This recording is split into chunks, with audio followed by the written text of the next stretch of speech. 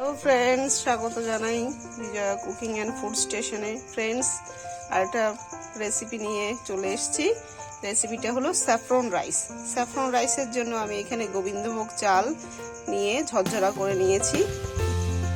এবার স্যাফরন রাইসের সঙ্গে দিয়ে দেব 2 রকমের ক্যাপসিকাম, রেড অ্যান্ড ইয়েলো।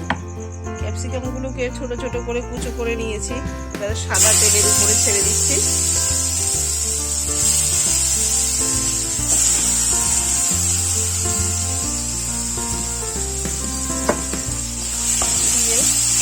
ভাজা করে নেব।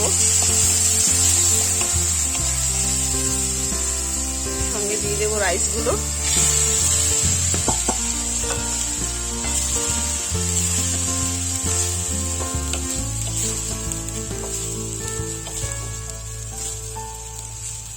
এই সঙ্গে দিয়ে দেবো লবণ,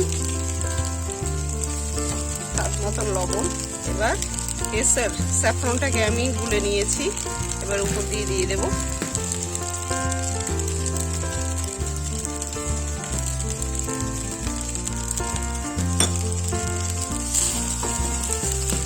আর একটু ভালো করে নেড়ে চেড়ে নেব। দেখুন কত সুন্দর কালার। এর সঙ্গে দিয়ে দেবো 1 চামচ চিনি। চিনিটা অপশনেবল, আপনারা চাইলে স্কিপ করতে পারেন। দিয়ে আর একটু ভালো করে নাড়াচাড়া করে নেব।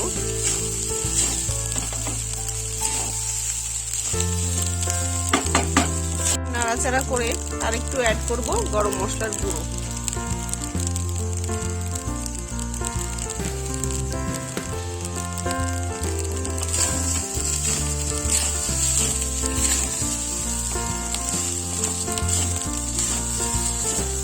ভালো করে নাড়াচাড়া নেব। এখন রমজান মাস, রমজান স্পেশাল এই ডিশটা বানিয়ে দেখবেন, ভালো লাগবে।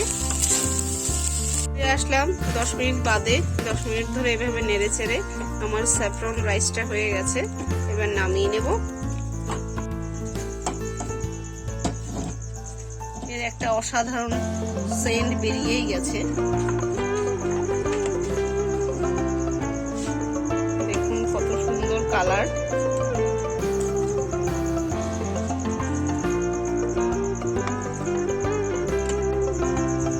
ফ্রেন্ডস, স্যাফরন রাইসটা পরিবেশন করব পনির টিক্কা দিয়ে।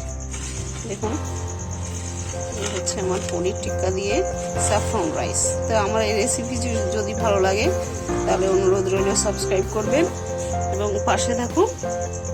সবাই ভালো থাকুন, সুস্থ থাকুন। দেখা হচ্ছে নেক্সট কোনো ভিডিওতে।